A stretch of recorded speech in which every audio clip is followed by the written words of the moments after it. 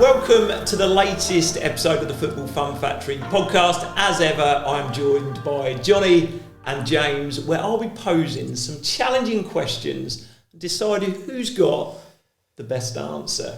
Question one. Straight into it this week. Straight in. Nice. You have a disruptive child within your session. Ooh. How are you going to deal with that, James? In the right circumstances, sit them out of the session. Interesting. Strict Coach James. I would go for ignore them and give your time and attention to the other children. Oh, I like that. It's both good answers, but I'm actually more intrigued by yours, James. Me too. So I've gone for intrigue to win the point. Very good. You've won it. So, thank you. So, of course, it's not going to be the moment a child misbehaves in the session, sit them out. That's absolutely not what we should do. And I really like ignore them, because quite often children want attention, don't they? And that bad behaviour, misbehaviour can be to grab a bit of attention. And if you give them that attention, then it continues. And if you stifle it, then it tends to stop. If you tried all those techniques, if you've told them and given them a final warning, I think the next step is then to remove a child from the session, but really temporarily. It's almost like, look, come and really calmly as well. So if it gets to that stage, I think what might be useful is to talk through the stages that we would go through, and I've touched on a couple there. But if it gets to the stage where it's unsafe, that's the point at which I would take the child out of the equation. Or if it's then disrespectful, so disrespectful to the coach, if a child just continually talks when you're talking, or talks over other children within the session. So yeah, I think there's a time and a place for sitting children out. I'm absolutely not advocating pulling kids out of training sessions, but I do think there's a time and a place where it might make the child go, oh, actually, I need to manage my behaviour here. Okay. Jonny, have you got any thoughts on this? I think what James said around, we have three top priorities at the Football Fun Factory: safety, fun and development. And I don't want to, just in the case of later questions, I don't want to give too many of my top tips away, because I want to hold them back and win some of those points. But I think you'll need to. Yeah, I know.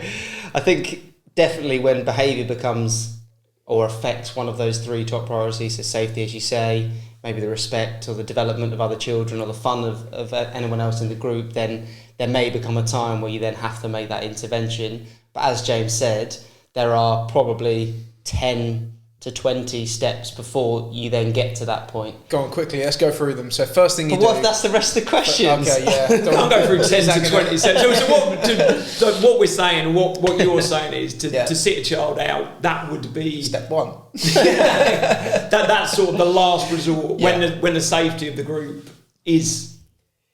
that's when. Or if it's really disrupting the session. I think safety, fun, development is a great lens to look at it through. If it's unsafe, if there's a child smashing balls at other kids' heads repeatedly, set them out 100%. Mm-hmm. If then it's really disrupting the fun and enjoyment of the other children within the sessions repeatedly, sit them out. If it's really affecting the development of other children within the session, we may have to sit them out. But there's definitely many steps in between. And we're going to list all 20. I think the one thing probably to challenge on that is, and I think you're just using it as a term, but sitting them out. I think that can probably get misunderstood or misinterpreted. Come and stand with me. It's like pulling them out of the session, getting them to one side. So let the rest of the session go on, so it's not disrupting other people's learning, rather than make them go sit in the corner. So you're not sitting them out. They're there with you, and you're going to have that opportunity to have some one-to-one interaction with them. Absolutely, they're not standing facing the corner. No. Exactly, that's what was on my mind. Just flashbacks to primary school. Fantastic. So, you ready for another question? Couldn't be more ready. Ready. You have a child that isn't joining in. How would you influence that, John? I would invite them to be my assistant coach. I really like that a lot. You're going to do something very special here, James. I would give them a ball on the side of the pitch. I'm not sure about that one. I'm going to go with you, John, on that one. Thanks, Chad. Is that because I'm 1-0 up? You need to equalise it. No, because I was thinking about going 2-0, 2-1, 2-2. Okay. 2-2 someone. You just didn't know my point. Yeah, that's fine. John? Yeah, so I think, look, the important thing to do in that situation is understand why the child's stepped out of the session or not joining in. It may be that they're generally upset, there's something that's happened. It may just be that they're a bit disengaged. So I agree with what your point and your thought process is in offering them a football, because that might be a way. I think that's a really good technique, especially when you're working with a child that's arriving to a session for the very first time. In particular, those really youngest age groups, the tots ages. I think if you give them a football, that can be the nerve that they have to overcome because they have a little kick around with their grown-up. But with a grassroots session, I think if a child isn't joining in, it's understanding why not, and then inviting them to come and be your assistant coach, because I think at that grassroots age, what they need to do to have the confidence to then join back in is watch some of the session and build their confidence back up, because that will often be the reason why they've stepped out or not joining in. So I think get them to be your assistant coach, get them to come around with you, watch the session, and then you might be able to then have little conversations with them and then drip feed them back into the session when appropriate. What are them little conversations? When you say like you're inviting them to be your assistant coach, what does that look like for them? What are your words? What are you talking to them about? So once again, it sort of comes back down to the reason as to maybe like why they're not joining in. My go-to might be because that they're like lacking confidence or they can't do one of the skills. So getting them to be your assistant coach and helping you, and the conversation you're then having with them is, oh, you're really good at this, and giving them that little bit of extra, that little boost, that little confidence boost, so they then have the confidence to then go back into the session.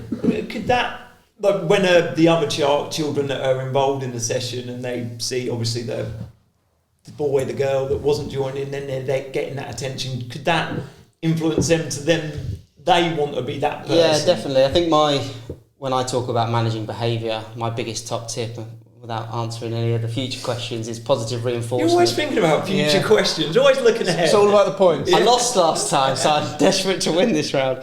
But I think that positive reinforcement definitely is the best way, in my eyes, to manage behaviour.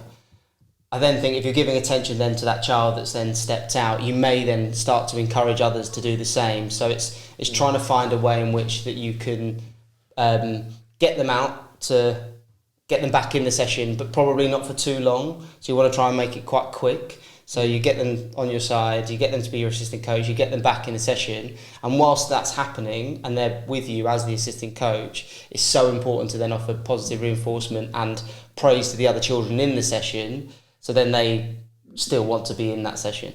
I love that. Very good. You guys ready for another question? Couldn't be more ready. Okay. Ready. Interesting one. You have a child that's over aggressive in your training session. How do you deal with this, James? I would take them to the side and explain to them that it's brilliant that they're trying to win the ball, trying to get that tackle in, but they just need to be careful and create a safe environment for the other children that are playing. So just, first and foremost, an explanation. Explanation, Johnny? I would take them to the side, I'd get down to their level, and I'd ask them if they understood that they were being over-aggressive. I want to hear more about that. Thanks very much, Chad. So very similar to James's point. I think my first point of call would be ask them if they understand what they're doing, because there could be a scenario they don't know and the child doesn't realise that they're being over-aggressive.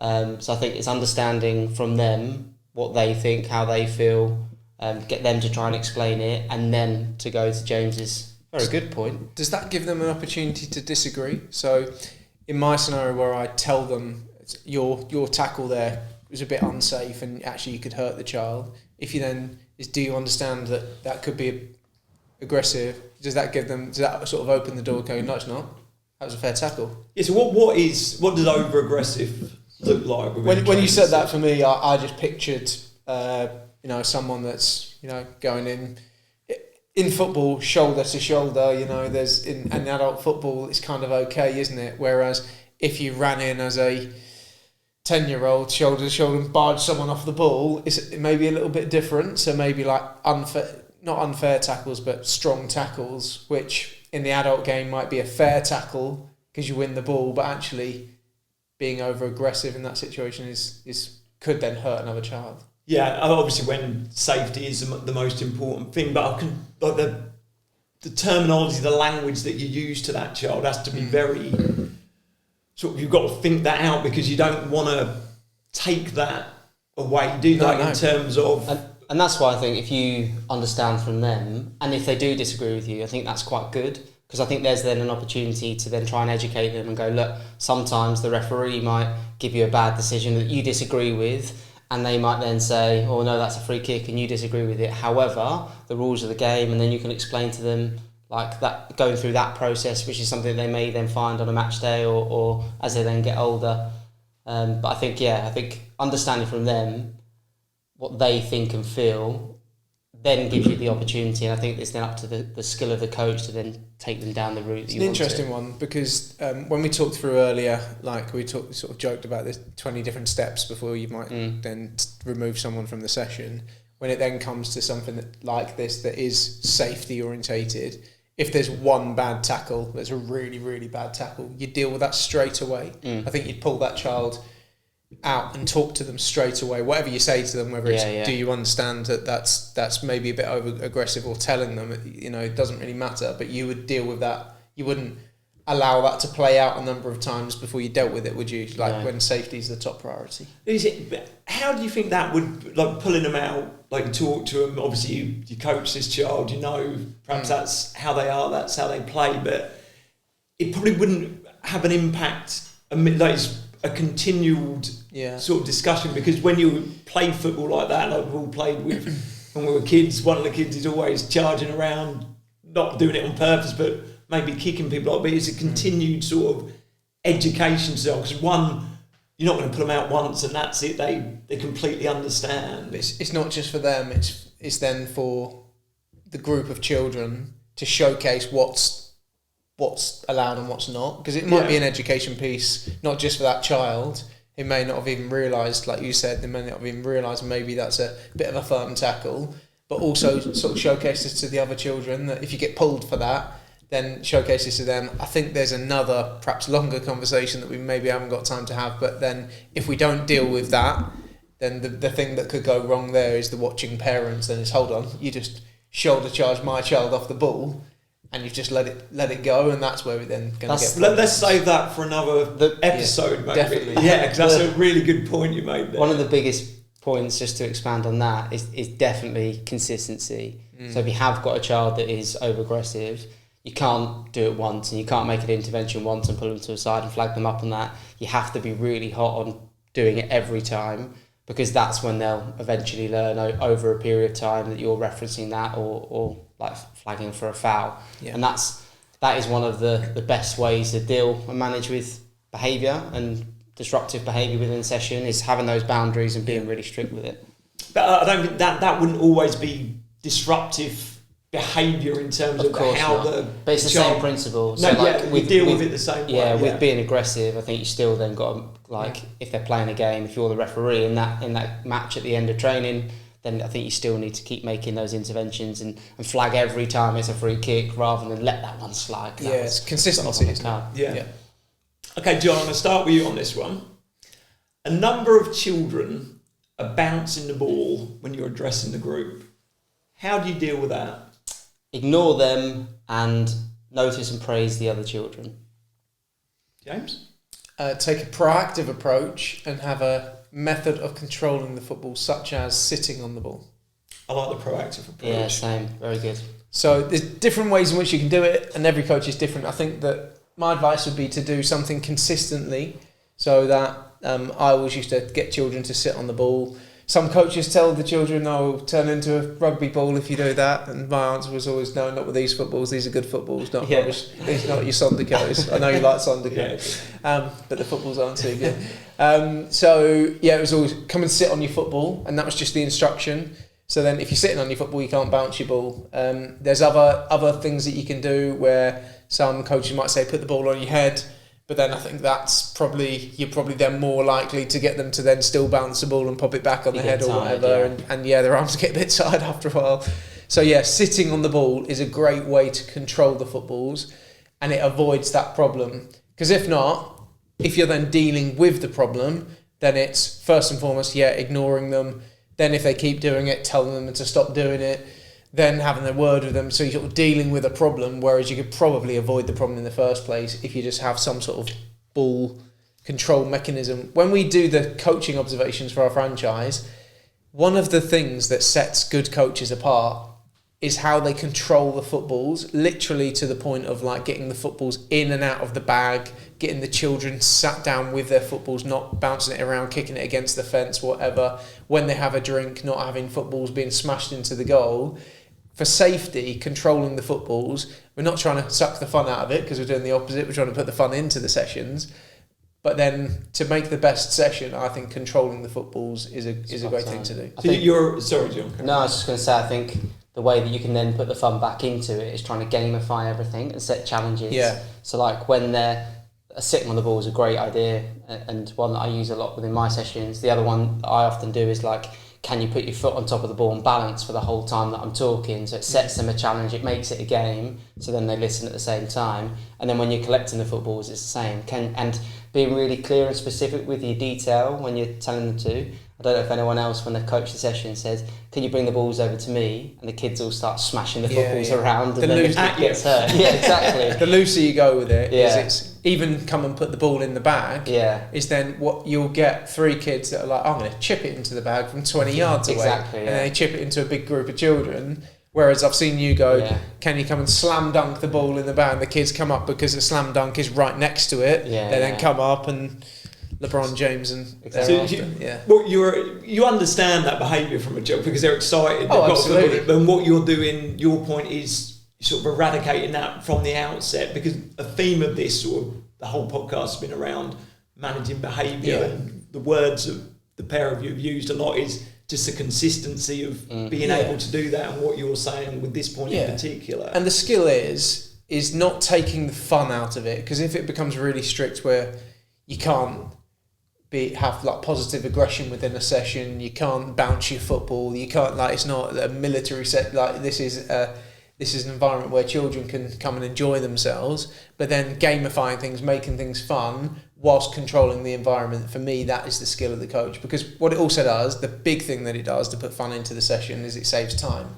Yeah. Because then if we're then spending loads of time, if every time we collect the footballs in it takes 2 minutes because everyone's smashing it in the top corner, then running and getting it, then putting it in the bag, now we've got 2 minutes less game time at the end of the session. So yes, it's definitely a time saver as well. Absolutely brilliant. That's been my favourite answer of the podcast this week, and you ain't going to believe this, guys. 2-2. We've got one question left, and it is 2-2. Oh, Are you ready for the last question? Couldn't be more. A child repeatedly doesn't follow instruction. How are you going to deal with it? James. Repeatedly doesn't follow instruction. I've already dealt with it before it happened by setting clear expectations at the start. So take a proactive approach. However, I'm going to almost argue against my own point and maybe even concede here, because sometimes when you set the expectations at the start, they're children at the end of the day, and something's going to happen. But for me, the best way of avoiding that would be, in my sessions, here's what I'm looking for. I want to make sure that every time we come in, we sit on our football. Every time the coach is talking, everybody listens, eyes on the coach. When another child's talking, everyone's respectful towards them, and it avoids the possibility then, or lessens the possibility of then a child misbehaving, but it's likely that they probably still will. That was meant to be a short answer. You've gone into unbelievable detail. Well, that's because I knew I wasn't going to want the point, so I just wanted to have my say. John? Can you repeat the question? I completely lost it. Short answer, please. He's forgotten. He's forgotten the question. Forgotten it. Repeatedly misbehaves. Okay. But repeatedly disrupts the session. Cool. Is it? yeah, it is. My answer would be positive reinforcement to the other children. And we've not had that. The problem is, there isn't one thing that fixes behaviour. There's a series of events that you have to do to impact that. So I could give you one of 10 answers. So my answer is 10 answers. Okay, I think that has to win it. No, I love your proactive approach, but when you talk about affecting the other children to influence the behaviour of the person who's potentially disrupting a session, I've seen you do that before, and I want to hear more about it. So, James, I completely agree with your point of the first point of call is to set your clear expectations to the children so they know at the start of the session what is expected. Yeah. And then be really consistent with your boundaries that you set throughout the session. One thing I like to do as well, another little top tip, is when you talk about the boundaries of like safety, fun and development and how you expect them to behave, also have quite strict boundaries with regards to like the pitch and stuff like that. So when you're playing a match, if you let the children dribble off the pitch and dribble back in, I know you want to encourage them to keep playing and stay on the ball loads, but actually that does sort of blur the lines with all types of boundaries. So it's a really small thing, but I think can make a big difference over time. Once you've then set the clear boundaries and expectations, it is then using that positive reinforcement to try and influence the children that are misbehaving. Kids are copycats. We've all seen a child bounce the ball and then you give them that attention, that focus, and suddenly another child then does the same because they're craving your attention. Whereas actually, if you go, Luke, you're listening really well at the moment, well done. I can tell you're listening, James. You've got your eyes on me when I'm talking. Then suddenly, Ollie stops bouncing the ball and he then wants to listen as well because he's like craving that positive attention, that praise from the coach. Is that something you expect will work straight away, or is that a long-term sort of with the child that's disrupting the session? When people, because I get quite a lot of messages and stuff on social media around like how do you manage behaviour and how do you control a group, and like I said, there isn't one answer. It is all of these things performed and delivered consistently over a period of time. And unfortunately, you can't go into a session and then suddenly everyone behaves perfectly. You have to do these things consistently over a longer period, and then you will influence and impact the behaviour. There are some short-term things that you can do, but with regards to controlling the group and managing behaviour, set your expectations, follow through with your expectations, use positive reinforcement, make an intervention when it becomes unsafe or affects the fun and development of other children. And then the last sort of step to it is then speaking and getting the buy-in from the parent as well, because there may be that child has some additional needs, there may be some things that they use at school, like behaviour management techniques that they use at school. Sometimes the children at school use counting down from 5, and that's the trigger. They know that they then need to re-engage and start behaving again. So that's sort of like the journey that I go on. But sort of your point as well, James, I think is spot on in trying to affect the behaviour positively. Great discussion, guys. Absolutely fantastic. I really enjoyed that today. Some real top tips from both of you. So thank you very much. Now it's for everyone's favourite part of the new podcast. Oh! What is it? Chaddy's Fun Fact. Chaddy's Fun Fact? Yeah. I'd forgotten all about Chaddy's Fun Fact. Okay. I've actually enjoyed it. So it gives me an opportunity just to talk about my favourite subject, myself. Fun fact this week is, in my first ever season playing grassroots football, do you know which team I played for? Melbourne Tigers. Correct. In the Pieces of 8 Hertfordshire League, I scored 104 goals in my first season. That is my fun fact for today. 100. How many games was that? That must Roughly. have been, I reckon, about 18 games. Not bad. In one game, I scored 13 goals in a 29-0 win against Hitchin Rangers.